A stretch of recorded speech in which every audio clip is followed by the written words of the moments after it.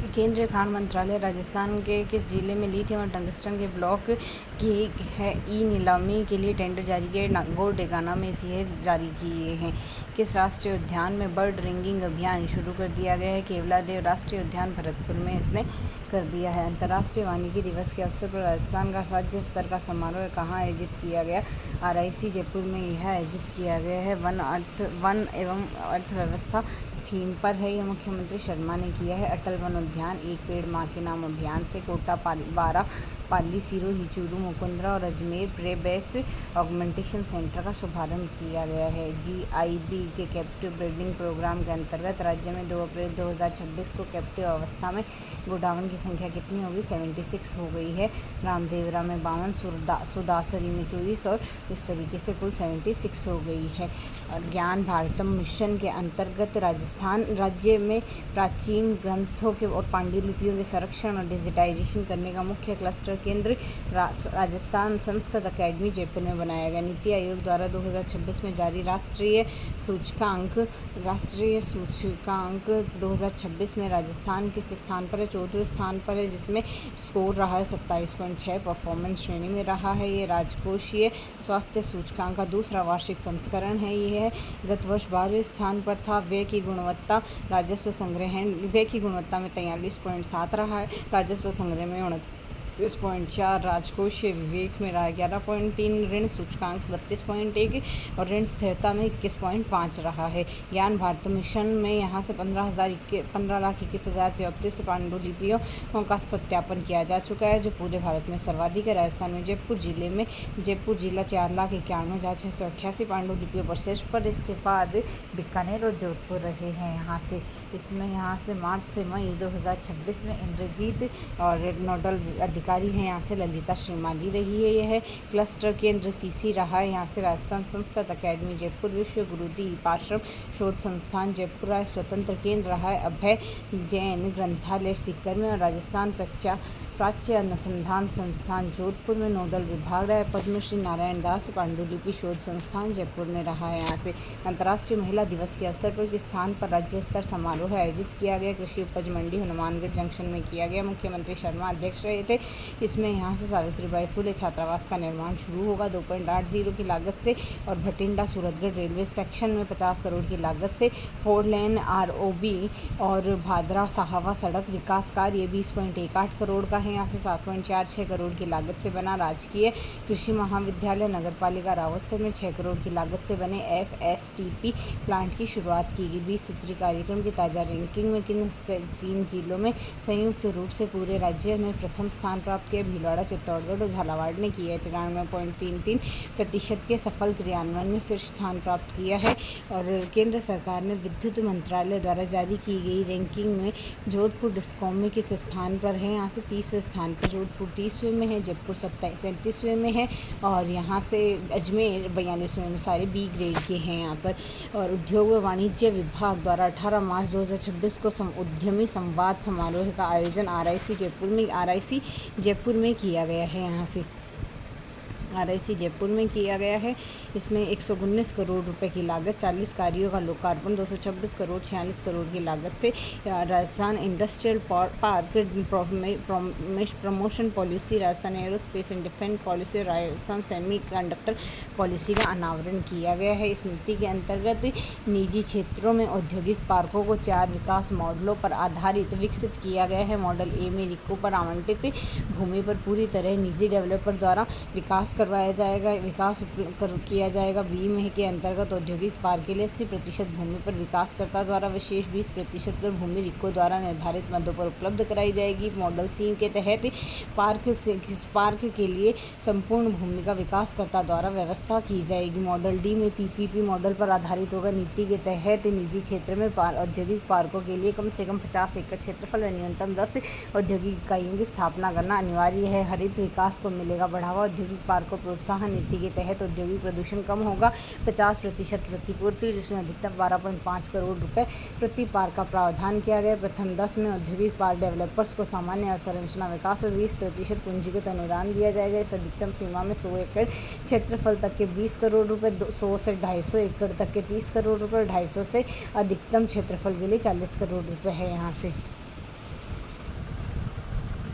औद्योगिक पार्क तक बुनियादी ढांचे का विकास होगा। इस नीति की अवसंरचना के प्रोत्साहन के लिए सरकार द्वारा औद्योगिक पार्क के अंचल एवं विद्युत की उपलब्धता सुनिश्चित होगी। औद्योगिक पार्क के निकटतम सड़क एवं संपर्क मार्ग का निर्माण किया जाएगा। इसके 60% राज्य सरकार, 40% व विकासकर्ता द्वारा वहन किया जाएगा तथा राज्य सरकार का अधिकतम अंशदान 3 करोड़ रुपये होगा। सिंगल विंडो क्लियरेंस से आवेदनों का होगा समयबद्ध निस्तारण। यह राज्य निवेश पोर्टल पर उपलब्ध होगा। इसमें 7 वर्ष तक 100% विद्युत शुल्क छूट, स्टाम्प शुल्क तथा कन्वर्जन शुल्क में 25% छूट, plug and play office complex एवं कॉमन यूटिलिटी सेंटर के लिए जो 2024 के अतिरिक्त प्रोत्साहन सम्मिलित है। इसमें Rajasthan aerospace end fund policy 18 मार्च 2026 को लॉन्च की गई, 31 मार्च 2029 तक लागू रहेगी।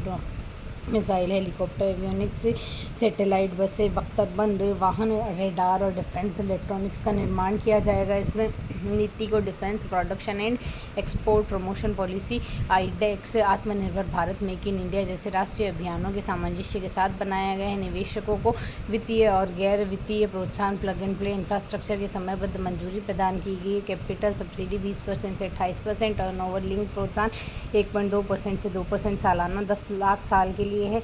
14% से 20% तक पूंजी अनुदान व टर्नओवर लिंक प्रोत्साहन है। Sunrise booster 25%, anchor booster 10%, thrust booster 20%, रोजगार बूस्टर 10 से 15%।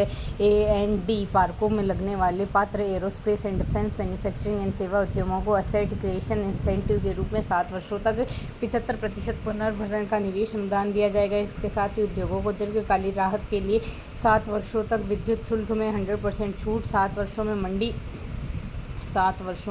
मंडी शुल्क एवं बाजार शुल्क का 100% पुनर्भरण, स्टैम्प शुल्क और रूपांतरण शुल्क के भुगतान में 75% की छूट, 25% पुनर्भरण के प्रावधान किए गए हैं। Green incentive, skill and training incentive तथा इंटेलेक्चुअल प्रॉपर्टी क्रिएशन इंसेंटिव जैसे प्रावधान नीति को अधिक आकर्षक बनाते हैं। मैन्युफैक्चरिंग कंपनियों के लिए कम से कम 50 करोड़ रुपए का इन्वेस्टमेंट जरूरी है। सर्विस कंपनियों के लिए कम से कम 25 करोड़ रुपए का इन्वेस्टमेंट जरूरी होगा। यहाँ से न्यूनतम 50 करोड़ रुपए से 300 करोड़ रुपए तक की अचल पूंजी निवेश है। न्यूनतम EFCI 50 करोड़ से 100 लोगों के लिए रोजगार है। 300 करोड़ से 1000 करोड़ रुपए के निवेश है। न्यूनतम 150 करोड़ रुपए की EFCI के साथ 250 लोगों का रोजगार सृजन होगा। यहाँ से अल्ट्रा मेगा 1000 करोड़ रुपए से अधिक का निवेश है। न्यूनतम 500 करोड़ रुपए का EFCI के साथ 750 लोगों का रोजगार सृजन होगा। सेवा सेक्टर में न्यूनतम 25 करोड़ से 100 करोड़ रुपए तक का निवेश या न्यूनतम EFCI 25 करोड़ रुपए के साथ 500 लोगों के लिए रोजगार सृजन, 100 करोड़ से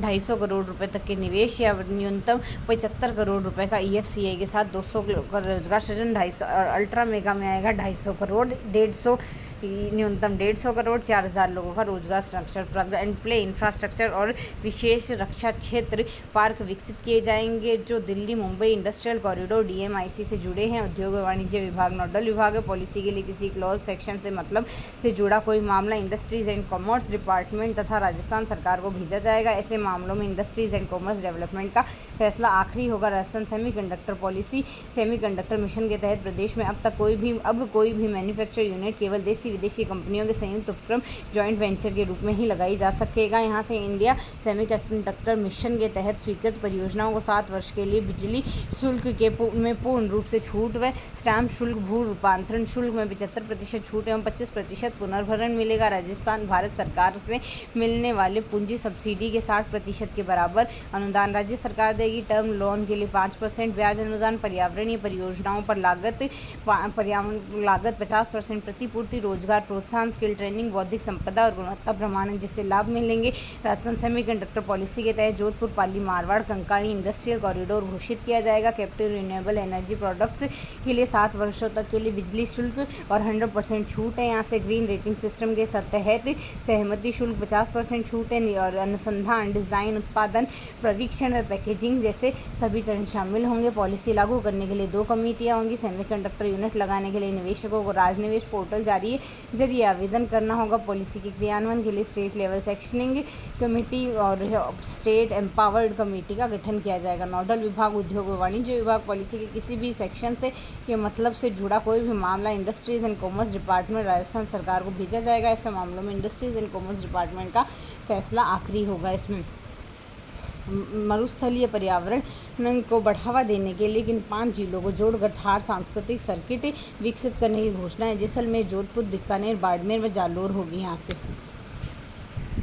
इसका उद्देश्य है 5,000 करोड़ तो बजट प्रावधान है। पश्चिमी राजस्थान की जीवंत परंपराओं, शेखावटी रेगिस्तानी जीवन शैली और विभिन्न वास्तुकला को प्रदर्शन करना है। इसमें पूरी जैसलमेर में सरी मरुस्थल पर्यटन के लिए अल्ट्रा लग्जरी STG है। यहाँ से स्पेशल टूरिज्म जोन है, जिसमें कुलधरा जैसलमेर में पर्यटकों के लिए एक पर्यटक सुविधा केंद्र है। यहाँ से जोधपुर के ओसिया का सचियाई माता मंदिर है। गुड्डा बिश्नोई का हिरण संरक्षण केंद्र, मथानिया का मिर्च उद्योग है। यहाँ से पारंपरिक साफा संस्कृति, पुरानी गलियाँ में ग्रामीण हवेलियों को शामिल किया जाएगा। बाड़मेर में महाबार के रेतीले टीले, किराड़ू मंदिर, लोक संगीत की प्रमुखता मिलेगी। यहाँ से जैसलमेर स्वर्णगिरी का किला, गड़ीसर लेक, पटुआ की हवेली, डेजर्ट टूरिज्म में मांगणियार कलाकारों की लोक संगीत परंपरा सर्किट का हिस्सा बनेगी। जालोर में दुर्ग में सुंदा माता मंदिर पारंपरिक हस्तशिल्प से जोड़ा जाएगा। बीकानेर का जूनागढ़ किला, देशनोक का करणी माता मंदिर, रामपुरिया हवेलियां और वन्य जीव हवेलियों को शामिल किया जाएगा।